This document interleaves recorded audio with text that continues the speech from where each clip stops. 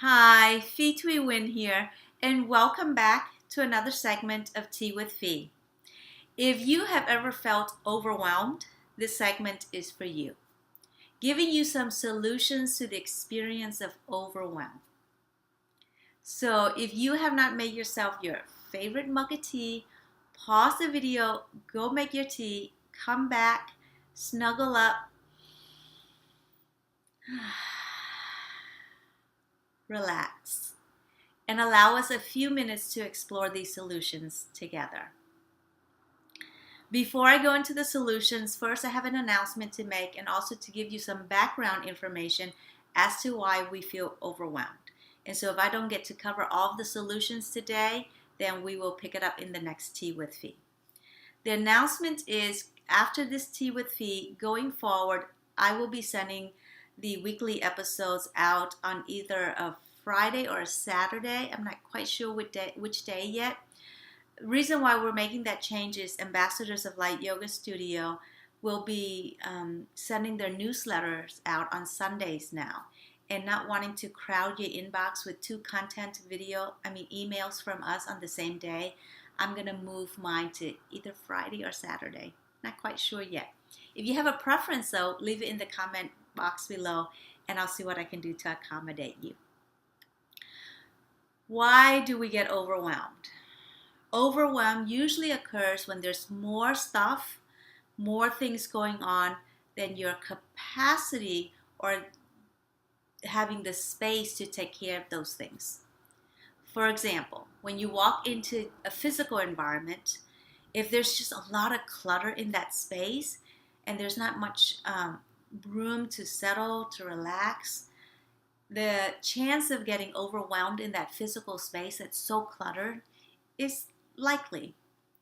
If your schedule, your day-to-day schedule is filled with activities, running from one thing to the next, to the next, to the next, and there's not a lot of space in your physical schedule to process the things going on in your life, to integrate your experiences, to rest, to recharge, to renew yourself, the chance of being overwhelmed is very likely.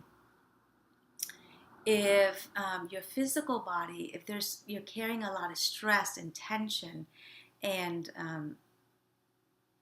having to deal with a lot of day-to-day things that we're living, or having to process physical ailments that you may be experiencing in your life. So when the physical body is having to hold too much, is cluttered with too many things, then the capacity for the physical body to live from a place of well-being and health is very unlikely, and so the body gets overwhelmed because it's overtaxed. When the mental space is cluttered with too many thoughts and too much restlessness, or too much planning and organizing and analyzing and figuring things out, and there are thoughts constantly running in the mind, then it's very easy for us to get overwhelmed in our life. And usually our overwhelm starts here between our ears, and because there's so much going on, we may not have the capacity to take care of our physical body. We may not have the capacity to consider what's important in our schedule, and or the physical capacity to take care of our physical space. So they show up hand in hand to support or enhance the experience of overwhelm, or support the experience of more peace. And one of the things that is detrimental in the experience of overwhelm is when I'm in a state of overwhelm, I tend to react. Instead of having the space to process what's going on and choose my thoughts, my words, and my actions, and respond to situations, in a state of overwhelm, I may react. And in that reaction, I'm not empowered, and I make a lot more mistakes than when I'm learning to respond to things.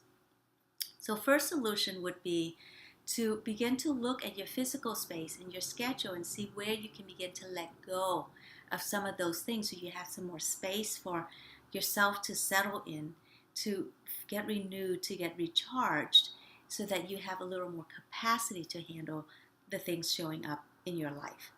The second solution would be journaling.